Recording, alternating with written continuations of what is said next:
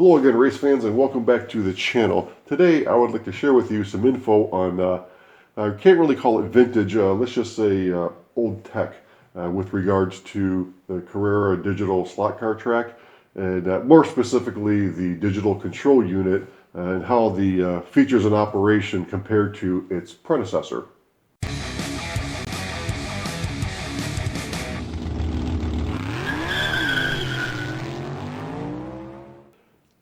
If you have a Carrera digital slot car track and you bought it anytime after, say, 2009-ish, then it came with this, which is the digital control unit, and therefore you're familiar with the function of these buttons here, or at least you should be familiar with those, just in case you need a real quick refresher.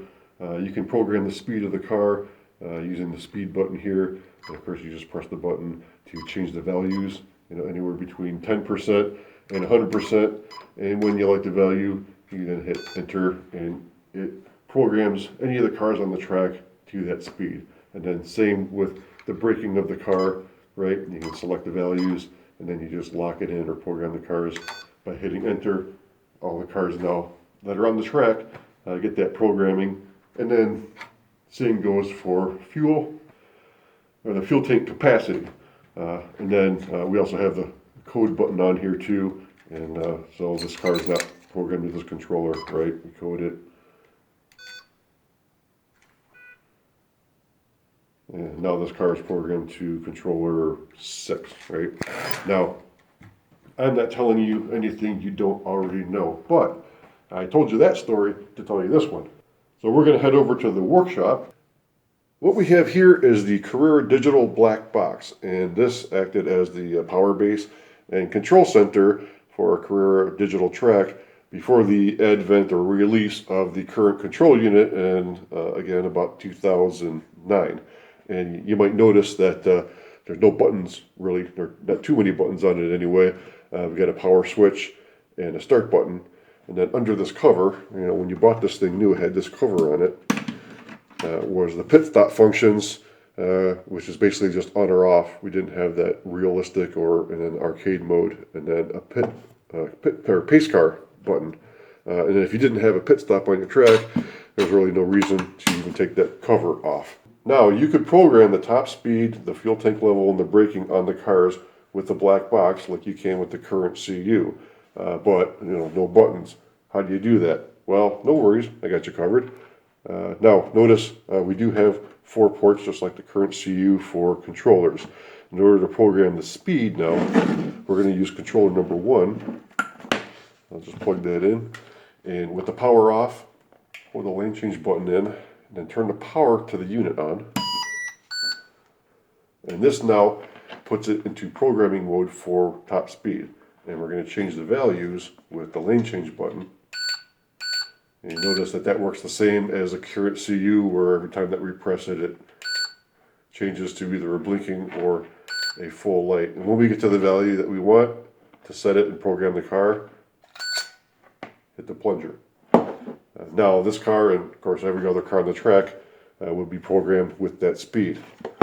Now for the braking, we're going to use ID number 2 or controller number 2. So I'm just going to move this over. And now we have controller number 2 here, and the same thing we did before. We're going to hold the lane change button down, turn the power on. It's now in programming mode for braking, and same as before, use a lane change button to set your values, and then, oops, I was trying to press a button there. Hit the plunger, and our values are now programmed into all the cars that were on the track. So now for the tank level, if you haven't guessed already, we're going to use controller number 3. And we're going to do that exactly the same way. And we'll hold the lane change button down, turn the power on to program fuel tank levels. Now we have that last button that was on the current CU, the coding button, right? And no, we're not going to use port number 4 to do that.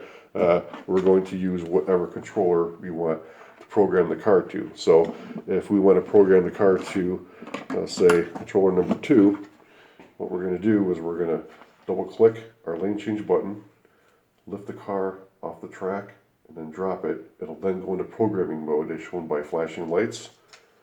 Click our lane change button 2 more times, and it will then code this car to this controller. So right now, yeah, not programmed. So here we go, 2 clicks, lift drop, 2 more clicks, and we'll be programmed to this car.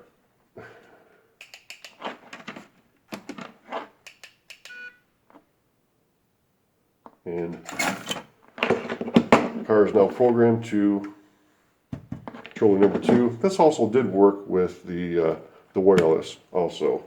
And as you probably know, that code button on the CU is also used to set up ghost cars and safety cars or pace cars.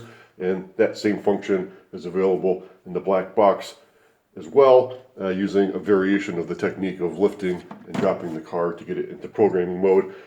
I'm not going to get into that though, because I already did a video on that subject. And if you're interested in more information, there's a link up here. Now the beauteous part about this particular function is that it carried over from the black box to the firmware in the current CU, and we use it all the time. And what's nice about it is that you can code a car from anywhere on the track. You don't have to be at the CU to do it.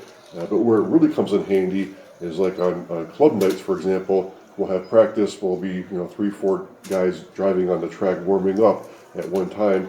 Somebody wants to code their car to their controller, and they don't have to have everybody stop, take the car off the track when they do that, because when you use the code button on the CU, anything that's on the track will get recoded to whatever controller you're doing. But with this technique here, it doesn't affect any other car on the track. So that's cool, but definitely a lot more finagling with the old black box for certain functions than now with the current CU. One more thing of note with this old black box: if you wanted to have automatic lap counting, you couldn't just get a Bluetooth dongle to plug into here, because that wasn't even a thing yet. You also couldn't get that separate standalone lap count box that you plug into here either, because this track did not have the sensors on it to detect a lap crossing.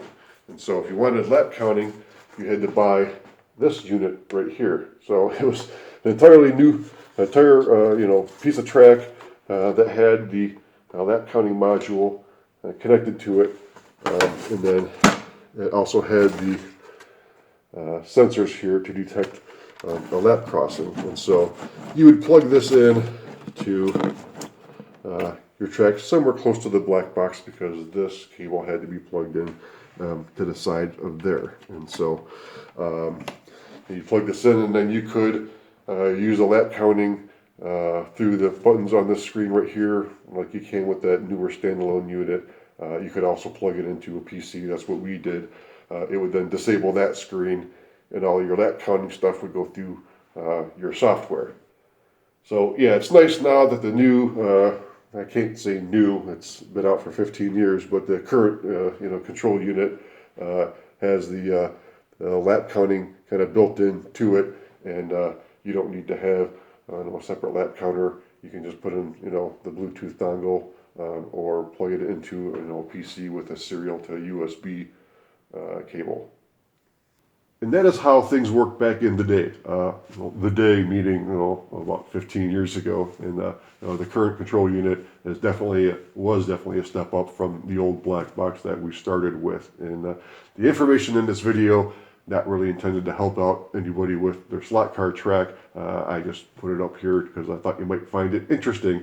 And if so, leave the video a thumbs up. It really does help out the channel. Subscribe if not already. We really appreciate you watching, and we'll see you at the finish line.